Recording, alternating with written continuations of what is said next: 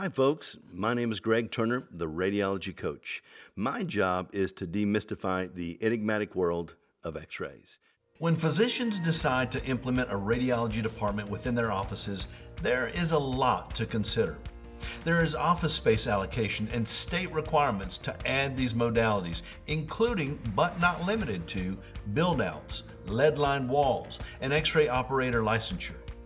Doctors must research the x-ray equipment and the image receptors. Standards and regulations can be daunting throughout the process. As in anything, documentation is everything.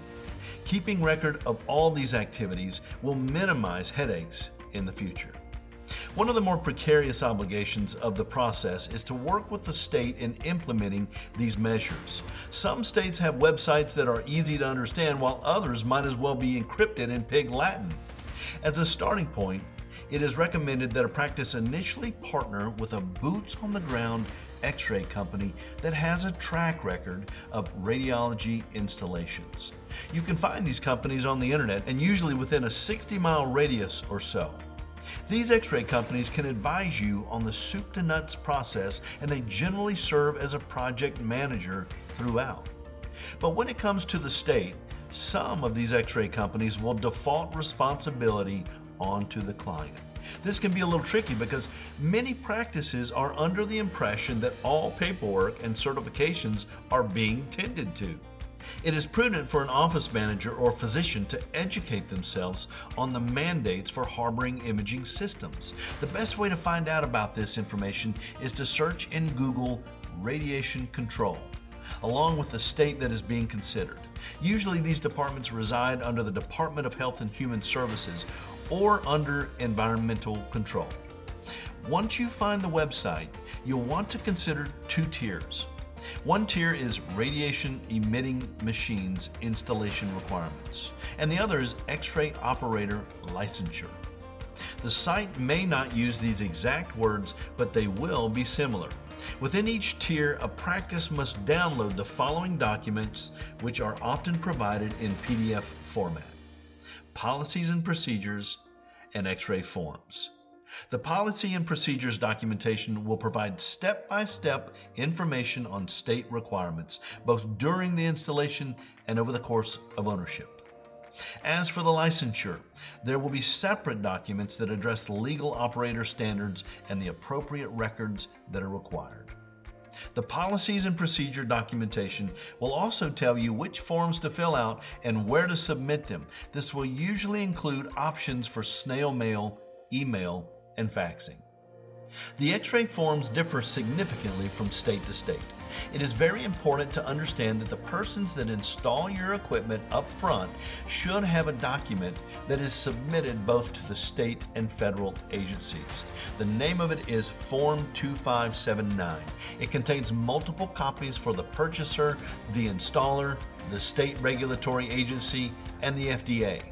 It is incumbent on the x-ray company to mail these to the agencies. However, clinics should remain diligent in making sure that these forms are indeed submitted within 15 days.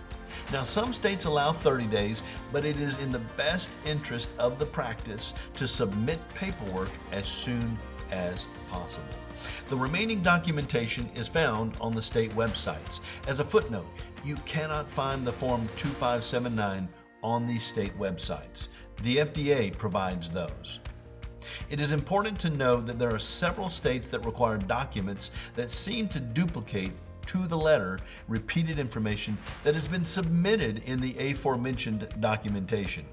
It is usually a formality that allows states to streamline their processes. The x-ray installation forms usually require information on your unit, including serial numbers, model numbers, x-ray output, and the location of the unit. There is more often than not a monetary charge associated with the form. Not only that, but often these forms must be resubmitted each year to the state with additional annual charges. These charges typically range from $75 to $200.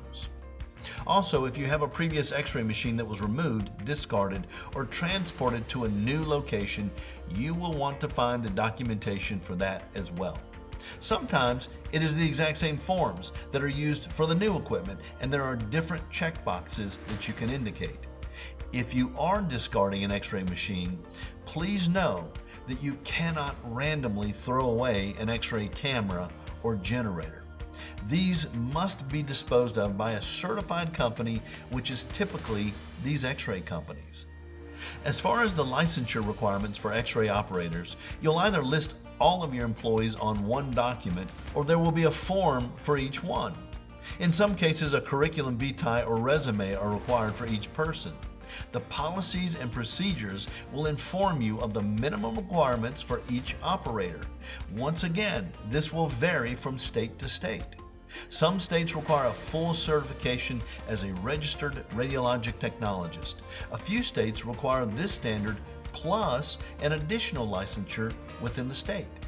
But there are many states that do not require full RT licensure in clinics and practices. Medical assistants, nurses, podiatry assistants, and chiropractic assistants can often meet the minimum requirements to take X-rays in their settings. These requirements will range from a 2-hour course to a 2-week course.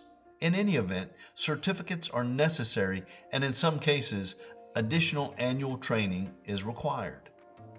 Now back to the installation process. Once the paperwork and the blue tape have been achieved, then a physicist is required to follow up and assess the equipment.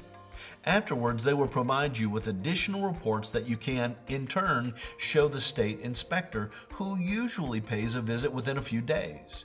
With both the physicist and the state inspector, I would recommend office managers to be proactive in contacting them prior to the entire project to gather their expectations and get familiar with their timelines. Strangely, there is no real government uniformity across state lines, but having the right documents and keeping up with annual requirements will keep headaches to a minimum, and clinics can focus on what they do best. That concludes our segment on X-ray machine registration and paperwork. If you like this presentation, please select the subscribe button below this video. You can also tap the bell next to it so that we'll notify you when other great videos have posted.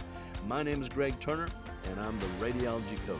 And remember, mark my word and mark your films.